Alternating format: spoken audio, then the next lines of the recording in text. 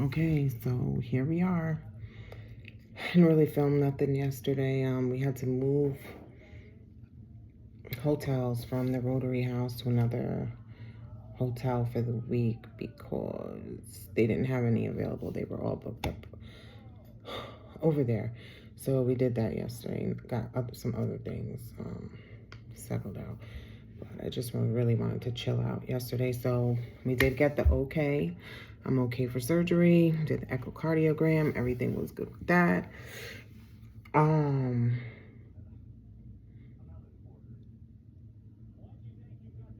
This is actually the day before. I have to be there at 5 a.m. tomorrow morning. And it's getting real. I've been struggling the past 2 days. I woke up the other night like just in a state of panic and fear. And I keep getting mad at myself because I'm letting my fear block my blessing, because this is a blessing that I even get this opportunity, no matter how it turns out. I didn't get here on my own accord, right? It just happened so smoothly and so in syncly. I know it's a gift from God for me. And I prayed and prayed and prayed. And I know a lot of people pray and pray and pray that are in my situation. Just please for healing, right? People that have children and small babies and families, and they pray so hard for their families and for the people they love to not have to go through the pain and suffering of cancer. And so sometimes I feel like what makes me any different, but I prayed to God and I believe He answered me. And that's why I'm here right now today, and that's why this is happening tomorrow.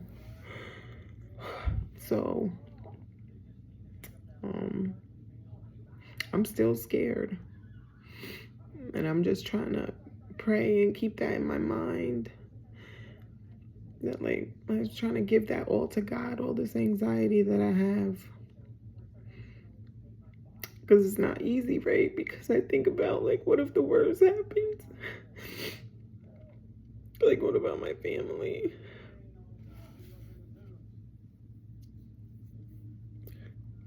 You know, it's been almost 5 years since I was diagnosed, and I thought like I had already grieved my life and accepted the fact that I wasn't gonna make it out of this. But like, when you're put in this situation, then you realize that I didn't accept it the way I had thought. And I don't know why, but I'm getting mad at myself because I'm letting a small possibility of something happening and take away from the joy of the blessing and the miracle that could come out of this. And so I ask whoever's watching this, I know I don't have a lot of followers or anything like that, but like whoever's watching it, to just lift me up in prayer. Just lift me up, because I believe in the power of prayer, and prayer is definitely powerful, and I need it. I need it. But I really think this is ordained by God, and I think this is a natural human process. You know, I would have to be a different kind of person if I didn't have fear going into this. But I hope that by tomorrow morning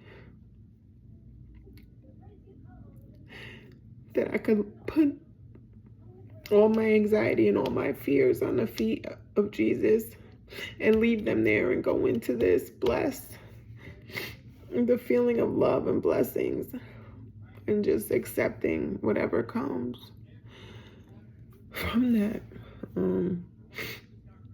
I don't want to get too mushy and, into that. I'm trying not to, like, I don't know. I don't even know. It's supposed to be such a happy time, and I guess it is, because I can't even imagine what it would be like for them to tell me they got it all.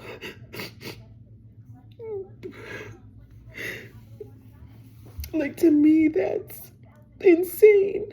I can't even imagine it. Just as much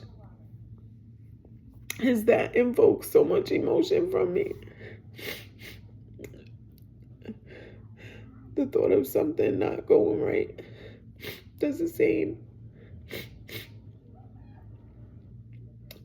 So I'm gonna try to have my daughter get as many, raw clips as possible when it comes down to it. Let her put some things together, keep her mind occupied. It's gonna be like a 5 to 7 hour surgery. So if I go in at 5, I probably wouldn't start the operation until probably about 7. And then that many hours till it's done. I just can't believe it's happening. And I should really be a little bit more grateful, because there's people out there that it's not even, and even for me, that it's not even a possibility for something like this. I mean, after my first attempted surgery and they failed, they told me then, like, the only other thing we could do was remove your lung, but it wasn't time for that, right? And since then, I've had other doctors say no, that they wouldn't do it. No, it's not resectable.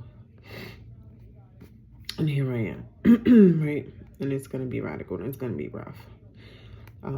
But one thing that I did want to talk about now that I'm done with my feelings, because I just want to be real about that. Like, I'm not some rock that doesn't feel anything, because I'm not. And I'm scared and I'm happy.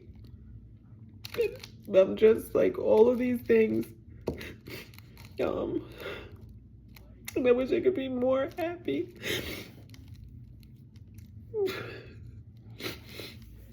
Thank you. Just please lift me up in prayer. I know this is from God. And it's like, if somebody asks me, Shauna, who sent you there? And I say, Jesus sent me there, then I wouldn't be scared.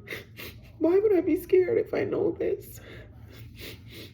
I don't know. I guess it's human nature. So, right, real quick, because my family is coming back to the room and I have to take care of a couple things before I go to sleep. I have some, instructions just in case it doesn't work out that I need to write down and get all, like a final draft of that stuff. And then I have some instructions from the doctor. So that's what I was going to go over. So I'm going to use regular dial soap, like the yellow kind that doesn't have any fragrance, anything like that. Regular old dial soap. Lather my entire upper body. Clean it first, then lather it up. Let the soap sit on it for 10 minutes. Rinse it off, wash it off again, rinse it off again, and then pat it dry. Don't put any soap, deodorant, none of that stuff on. And then scope. And this is a new one, because I already knew that when you have surgery and stuff, usually they'll give you like Hybocleanse or dial you can use too before to wash, to make sure, for infections, you don't spread bacteria and all that stuff. This is antimicrobacterial dial soap. So they want me to wash with scope. Never heard this one before. So yesterday, today, and tomorrow morning, to make sure I rinse my throat and my mouth out with soap, because this is also a bacteria, kills millions of bacteria. And you see these, by the way, not to get distracted, but these are valves that are in your veins in your neck. The reason why they protrude like that is because my tumor is actually leaning. It's leaning. It has not went through, invaded the vein, but it is leaning on the vein, which makes more pressure of the return of blood flow to my heart. So that's another reason why, like, aside from just the breathing issues that I've had and the lack of function in my lung, there's also that my tumor does sit upon my heart. Anyway, so this kills millions of bacteria.